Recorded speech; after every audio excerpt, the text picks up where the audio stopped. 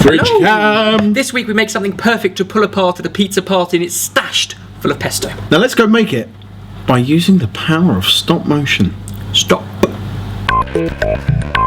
Let's make a dough!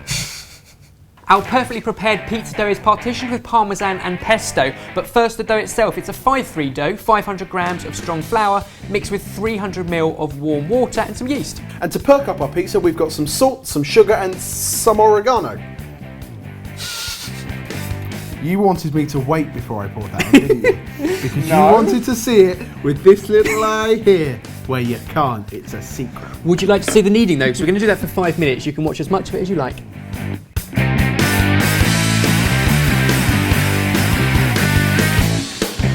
That's kneaded for about 5 minutes, should do the job. Whip it off of the dough hook and then leave it to proudly prove on the side for about an hour while we produce some pesto with pine nuts. Your peas are really starting to pee me off. Take 2 tablespoons of roasted pine nuts, 2 tablespoons of Parmesan cheese, peel 1 piece of garlic, otherwise known as a clove, 1 plume of basil, otherwise known as a bunch, and also a pinch of salt and pepper, 2 plops of olive oil, and then plonk it into a blender and pulverise it until it looks like pesto.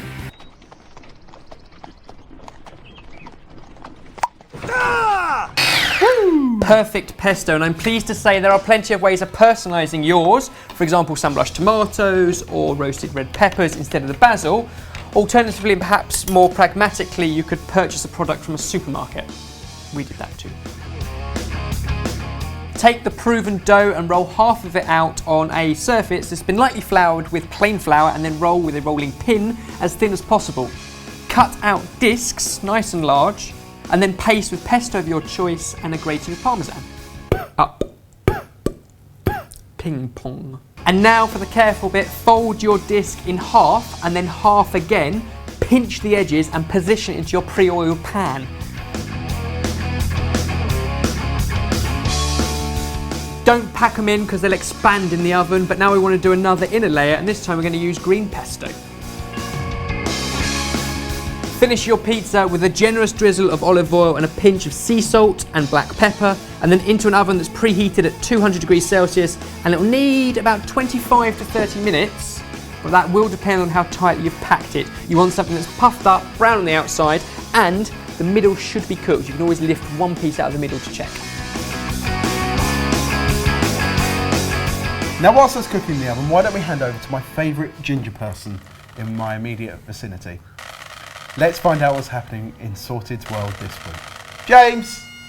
Oh hey, so this week we did chicken Kiev, and I love chicken Kiev, and I love this chicken Kiev because it's roasted garlic, it's really nice and juicy, it's mellow, and you were in it.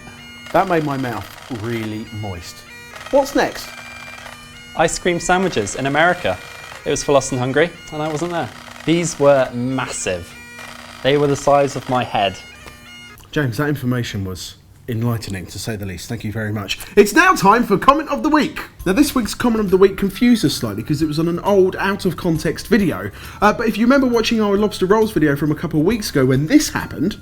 In today's recipe, we are going to be cooking a live lobster, so if that's something that you don't want to see, then why not watch this wonderful quiche video instead? And no lobsters were harmed in the making of it. What we found was a comment on the quiche video which said, I didn't want to watch the lobster die.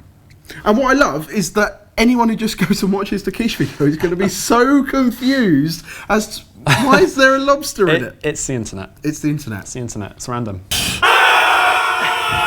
James, you've done a fantastic job, but I'd love for you to get in that imaginary canoe that's just there and row your way out of the shop.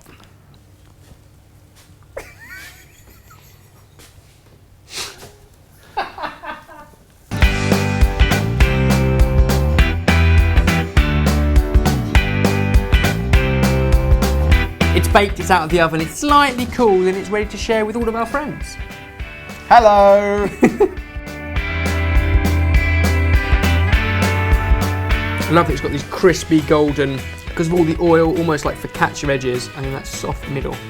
And if you made this whole thing with a hard Italian cheese like pecorino, it would be vegetarian too. Not pepperoni though. I reckon we should pivot and head back to the fridge. let's pace it out. I can only apologise for the number of times we tried to use words beginning with P during that recipe. Yeah. We should have a tally count, I think, Mike, shouldn't we? Nope.